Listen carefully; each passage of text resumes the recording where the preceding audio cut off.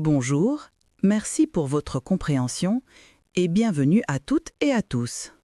President Hakainde Hichilema's ongoing national development strategy continues to resonate across Zambia, with visible infrastructure projects and policy reforms reaching all 156 constituencies.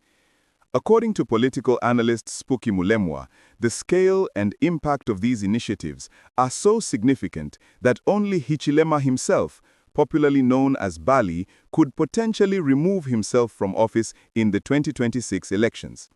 This assertion reflects a growing sentiment among observers and citizens alike that the president's leadership has become synonymous with progress, especially in underserved rural regions such as Western Province, which are now receiving a more equitable share of national resources. Mulemwa's statement, "Only Bally can unseat HH in 2026," is not merely rhetorical. It encapsulates a broader political reality in Zambia, where opposition parties have struggled to present compelling alternatives. The United Party for National Development, UPND, under Hichilema's stewardship, has prioritized inclusive development, transparency, and economic stabilization. These efforts have translated into tangible improvements in roads, schools, healthcare facilities, and agricultural support systems. As a result, the president's approval ratings remain robust, and his political capital continues to grow. The phrase also underscores the paradox of incumbency. While opposition forces may attempt to challenge the status quo, the absence of a charismatic and credible rival makes Hichilema's re-election prospects increasingly likely. Mulemwa's analysis suggests that unless Bally himself chooses to step aside or is undermined by internal party dynamics, his position remains secure.